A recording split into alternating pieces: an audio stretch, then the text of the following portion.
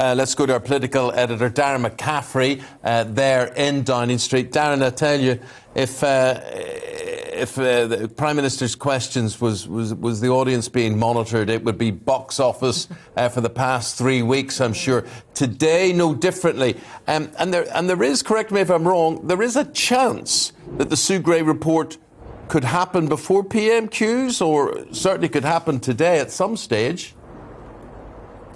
Yeah, definitely. More than a chance, I would suggest, Eamon, in many regards. I think it's looking increasingly likely that it will be published at some point today. There was an expectation, you're entirely right, in suggesting it could have been ahead of PMQs. Downing Street, though, insisting this morning they have not yet received that report. When they do, and it is likely because Sue Gray has now concluded her report, it will be up to the Prime Minister to decide when it is published, so at what time. But I suspect, and Downing Street and say this is true, that they will be pretty quickly after they get it, but also in what form it's published as well. And this is really interesting about whether it's simply the summary that Sue Gray has produced or whether it's the report in its entirety.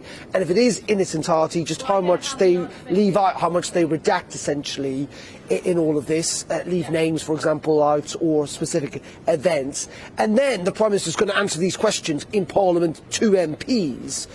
And that's going to be fascinating, because that will be the moment, I think, that lots of MPs will have to try and make up their mind about whether they back or essentially sack the Prime Minister. This police investigation that Mark was referring to will carry on for weeks, maybe even months.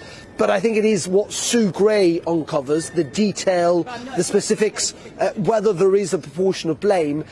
That will be the thing that will weigh heavily, I think, Eamon, on MPs' minds about whether they want Boris Johnson to continue in this place behind me in number 10, or whether they think there should be a leadership challenge. Darren, appreciate all of that. We'll leave it there. Thank you.